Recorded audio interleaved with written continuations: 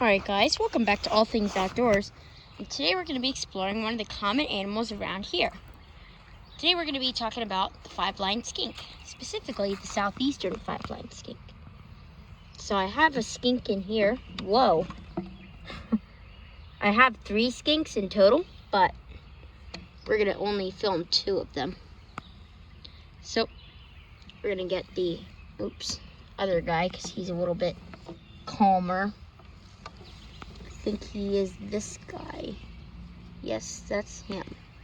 He's warm and he has beautiful colors. So this right here is the Southeastern Five Line Skink, and you can tell what he is because he's got 5 lines, as you can see, running down his body.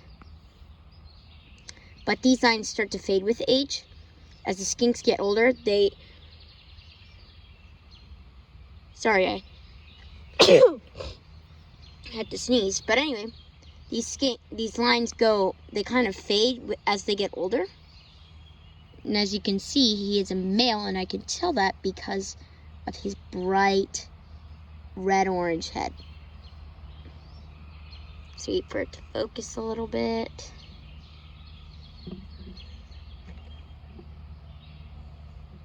Look at that bright orange head.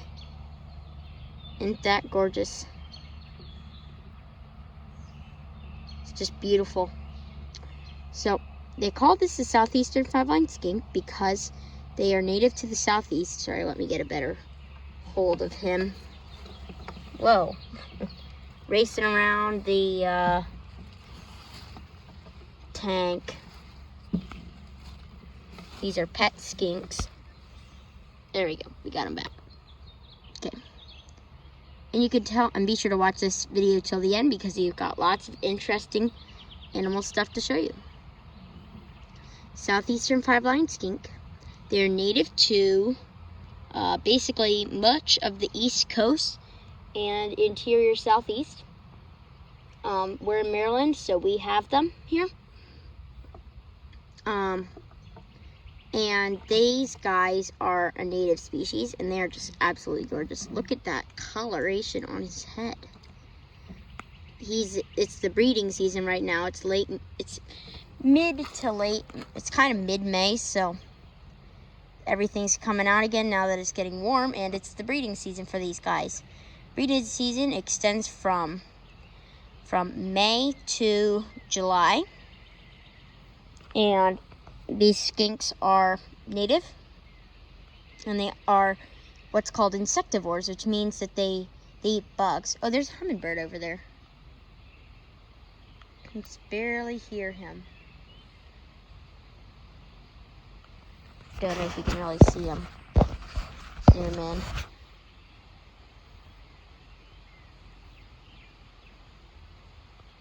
I don't know where he went now. Must have flown away. That was pretty cool. Anyway, back to the skink. So the skinks eat bugs, which means that they're very important because they help to control the amount of pest species in our area and in many other areas. They help to control the amount of pest species like bugs, like ants and other animals like that. And he has lungs on the side of his body. And those little holes there, those are his ears. They don't have any external ears. Ears are purely internal. And they can blink.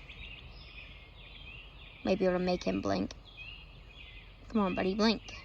Oh, you saw it. There you go. He blinks. Unlike geckos, which cannot blink. These guys can blink, and these are skinks, so they have very smooth, aligned scales. They're aligned in nice, neat, parallel rows.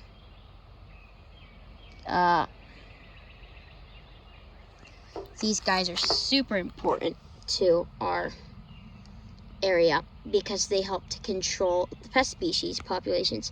And also these guys themselves are also prey for many other predators around here, like birds will eat these guys, maybe frogs. Snakes would definitely love to eat these guys. maybe even bullfrogs, turtles. Yeah, that's basically what eats these guys. So they're prey, but they're also a very important predator themselves in their ecosystems. And these guys are pretty formidable predators. So if I have another pet skink, so when I feed him, I'll be sure to show you. I'll probably post a short or something of him eating, because it's pretty cool. They basically, what they do is they eye up their prey, like a cricket, for example. And then they look at it, and then when they feel that the time is right, like when it gets close enough, then they lunge straight forward at it and chomp it. And these guys do chew their food, unlike snakes and frogs and some other types of lizards. These guys do chew. They run pretty fast, and actually they have to hold their breath because these tiny little legs are not really for propelling them. That's just to give them traction. Most of this whole body part, that's all muscle. They're very strong, and they can definitely give you a bite. And they can bite, but they're not poisonous. They're completely harmless. So don't be afraid of these guys. And basically most of the running is done with their bodies. We'll show you that. We'll put him down in our yard so that he can't get away, and we'll watch him run. So set him down right here. See that? Whoa, they're fast. Got him. Got to get a little bit of a better grip on him. There we go. So as you can see, they mostly run with their bodies, and they actually have to hold their breath when they are running. That's why you saw him, he kind of stopped and started a lot. It's because he's breathing when he does that. That's basically a stop to breathe. They have these cute, stumpy little legs, as you can see. Just little legs. And these guys are great climbers. They can climb up a tree pretty well. They cannot climb up glass or like smooth plastic or anything, but they can climb up rougher surfaces like wood, boards, trees, cinder blocks, and stuff like that. Wow, it is just a gorgeous day. Perfectly clear skies. We're in a warm pattern right now. It's starting to warm up. It's supposed to be almost 90 on Sunday, so that's pretty crazy. And anyway, another cool thing about these guys is they can actually drop their tails. This guy has a full tail, but I found another one that does not have a full tail. So we'll show you him. That's why you gotta be careful when you catch these. And also, this is an older adult male that does not have any lines on him. Whoa, where'd he go? They are fast. Got him. Whoa. And we'll let him bite me. Just let him get ready, and then we'll let him latch onto my finger. Oh, look at that. He is not happy. There he goes. And they twist when they bite a lot of times. And as you can see, this guy doesn't have any lines on him. No lines. We'll put him down. No, not on me. Just go down in the tank. He's trying to crawl up my arm. That would make him escape. You don't want that. This guy here, whoa, where did he go? Trying to find the guy that had a short tail. There was this one guy, and he had a short tail. Oh, I see a skink there. He has a long tail. Oh, he has a short tail. Shorter tail. It's not completely short. You can see how they have this guy has a short tail because he probably dropped his tail. And these guys are extremely flexible. There's a female skink. Maybe they'll breed. That's what I'm trying to get them to do, but I don't know if they will. They might. We're gonna try and find the one that has that short tail where it actually like was broken off. See the female skink, regular skink.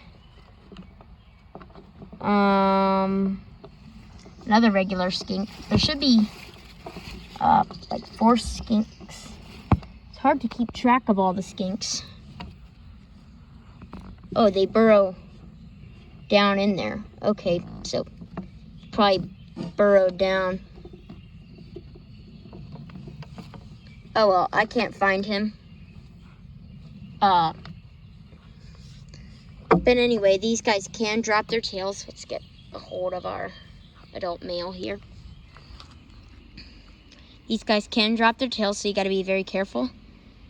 Sometimes you can see evidence of where they drop the very tip of their tails. You can see they have kind of a blunt point on their tail. This guy down there has that. See how his tail kind of has that blunt point? Yeah, that's his, that's where a predator bite it off. It's called Cajul Autonomy. And basically what it means is when a predator goes up to get this skink, like they want to eat this skink, right? So they go up and they catch him. They grab him by the tail.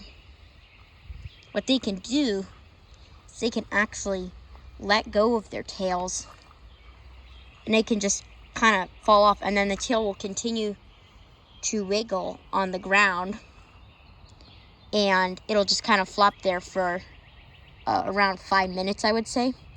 And the point of that is hopefully the predator will get distracted and see the tail and go for the tail, and the skink can then run away and be just fine.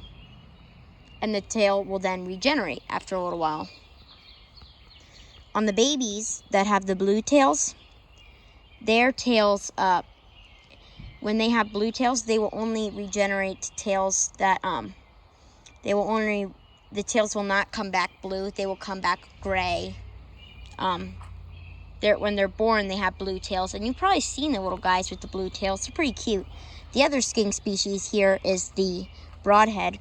If I find one of them, we'll probably try and do a video, but they're pretty hard to find because they are an arboreal species, which means they live in trees. These guys live on the ground.